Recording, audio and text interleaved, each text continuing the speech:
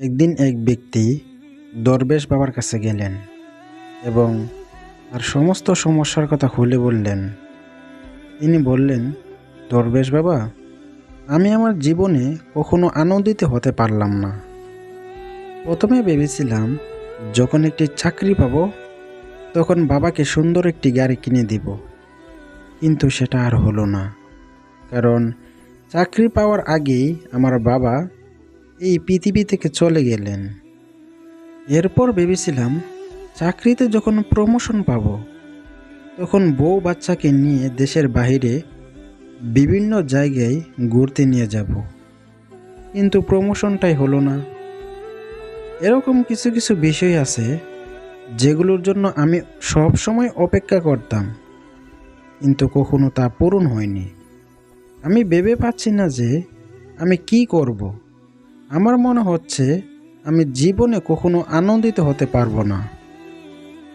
লোকটির কথা শুনে দরবেশ বাবা উক্ত ব্যক্তিকে একটি ফুলের বাগানে নিয়ে গেলেন।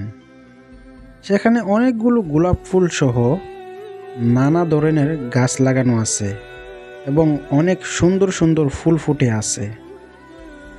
দরবেশ বাবা ওই ব্যক্তিকে বললেন, তুমি এই ফুলের লাইন দিয়ে দেখতে দেখতে যাও এবং সব থেকে সুন্দর সুন্দর ফুলগুলো তুলে আমার কাছে নিয়ে এসো। কিন্তু হ্যাঁ, একটা কথা মনে রাখবে, একবার যে ফুল দেখে তুমি এগিয়ে চলে যাবে সেখান থেকে আর ফিরে আসা যাবে না এবং কোনো ফুল সংগ্রহ করা যাবে না, কিন্তু তোমাকে ফুল আনতেই হবে। তখন ওই লোকটি হাঁটা শুরু করলেন এবং দেখতে পারলেন সেখানে অনেক সুন্দর সুন্দর ফুল। লোকটি বুঝতে পারছিল না কোনটা রেখে কোনটা নেবে। সেখানে অনেকগুলো বড় বড় ফুল দেখলো, আরও কিছু ছোট ফুলও দেখতে পেল, কিন্তু কোন ফুলটা সবচেয়ে বেশি সুন্দর সে তা ভেবে পাচ্ছিল না। সবগুলো ফুলই দেখতে খুব সুন্দর। একটা সুন্দর ফুল ধরতে গেলে তার সামনে আরও একটা সুন্দর ফুল সে দেখতে পায়। সে মনে মনে ভাবল, সামনে গেলে হয়তো আরও সুন্দর ফুল পাওয়া যাবে, তখন ফুল নিয়ে নিব। এভাবে ভাবতে ভাবতে সে এক সময় ফুল বাগানের শেষ প্রান্তে চলে এলো এবং দেখল সেখানে শুধুমাত্র কিছু শুকিয়ে যাওয়া ফুল ছাড়া আর ভালো কোনো ফুল নেই। এখন তার আর কিছুই করার নেই।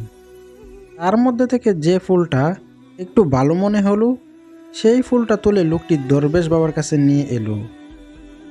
সে দরবেশ বাবার কাছে এসে বললেন, দরবেশ বাবা, যাবার সময় রাস্তায় অনেক বড় বড় অনেক সুন্দর ফুল দেখেছিলাম এবং আমি ভেবেছিলাম হয়তো সামনে গেলে আরও সুন্দর ফুল পাওয়া যাবে, কিন্তু শেষ প্রান্তে গিয়ে দেখলাম কিছু শুকিয়ে যাওয়া ফুল ছাড়া আর ভালো কোনো ফুল নেই।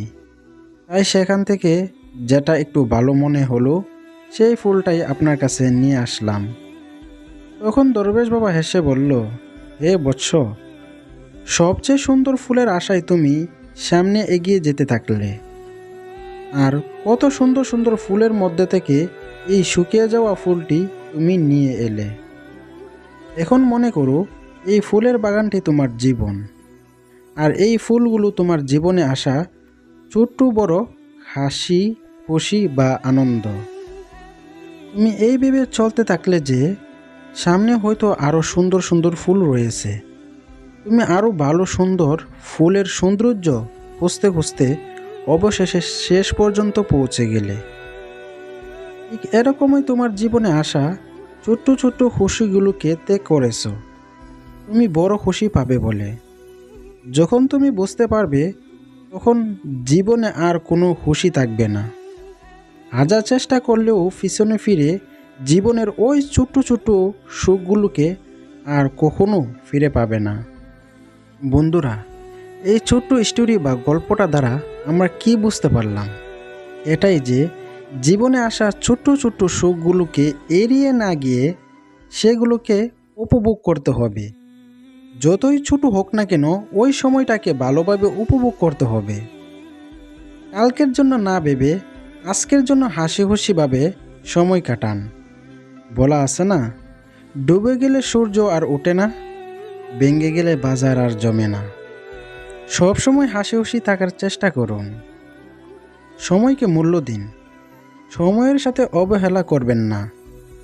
সময়ের সাথে অবহেলা করলে জীবনে ঘটে যাওয়া হাজারো হাসি খুশি মুহূর্তগুলো হারিয়ে ফেলবেন।